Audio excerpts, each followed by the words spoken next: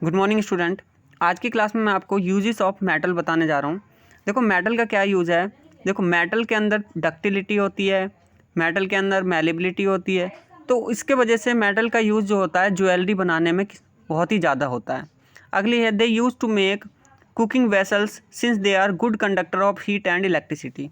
अब तुम्हें पता है कि मेटल के अंदर से हीट और इलेक्ट्रिसिटी अच्छे से पास हो जाती है, तो इसीलिए मेटल का यूज़ आपका कुकिंग वेसल्स बनाने में भी होता है। जो खाने बनाने वाले बर्तन होते हैं उसे बनाने में भी किया जाता है, तो कुकिंग वेसल्स बनाने में भी किया जाता है।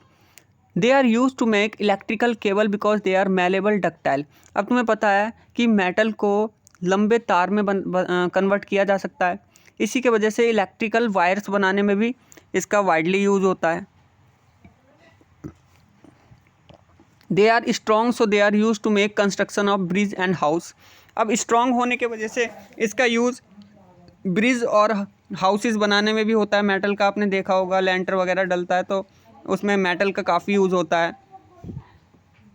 उसके बाद देखो जो नेक्स्ट चीज़ है समझने वाली इसमें, they are sonorous hence they are use in making bells. अब सोनोरस होता है ये, इसके लिए इसका यूज़ किस में होता है, बेल्स बनाने में होता है।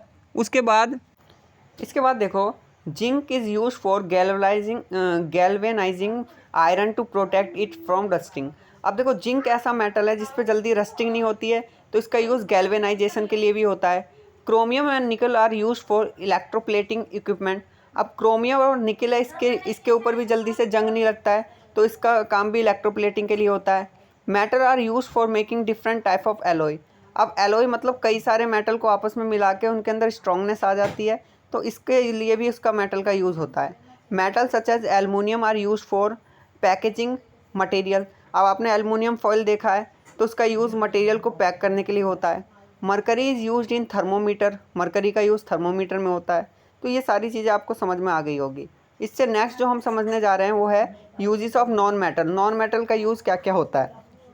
These are abundance of non metal like carbon, oxygen, nitrogen. अब हमारे एयर में जो नॉन मेटल है गैसेस के रूप में बहुत ज़्यादा पाई जाती हैं। These element are essential for the existence and sustenance of life.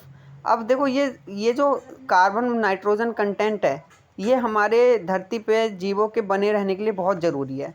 Oxygen is needed by living organism for respiration. Oxygen जो है वो सांस लेने के लिए ज़रूरी है। वाटर जो है वो हमारी लाइफ के लिए ज़रूरी है, वो भी क्या है, नॉन मेटल से बना है।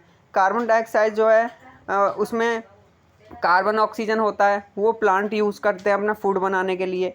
तो ये सारे इंपॉर्टेंट यूजेस हैं। अब नॉन मेटल्स को जैसे नाइट्रोजन, फॉस्फोरस है, ये प्लांट के ग्रोथ के लिए भी इम्पोर्टेंट है, तो नॉन मेटल भी हमारे लिए बहुत इंपॉर्टेंट है। नॉन मेटल जो होता है वो बैड कंडक्टर होता है हीट और इलेक्ट्रिसिटी का, इसीलिए उसे इंसुलेशन के लिए बनाया जाता है। ऐसी जगह पे जहाँ करंट वरंट ना लगे, जैसे बैकेलाइट है, वहाँ पे भी इसका यूज़ होता है। Diamonds are extremely used in jewellery for cutting and drilling tools. अब डायमंड का यूज़ जो होता है वो ज्वेलरी वगैरह को कट करने के लिए होता है। Neon is use for electrical advertising sign board. अब तुम्हारा जो नियॉन है वो इलेक्ट्रिक एडवर्टाइजमेंट जो होता है वहाँ पे नियॉन का यूज़ होता है, जो आपने एडवर्टाइजमेंट देखा होगा, डिस्प्ले बोर्ड वगैरह देखे होंगे। तो ये सारा है मेटल और नॉन मेटल का यूज़, जो आप सही से देख सकते हो। ठीक है। अब देखो मेटल को जो धरती के नीचे पाए जाते हैं, उन्हें जो धरती के नीचे से निकाला जाता है, इस प्रोसेस को मेटलर्जी बोला जाता है। मेटल को धरती से निकालने की प्रोसेस मेटलर्जी कहलाती है। तो ये हमारे दोनों टॉपिक क्लियर हो गए। मिलते हैं नेक्स्ट वीडियो में।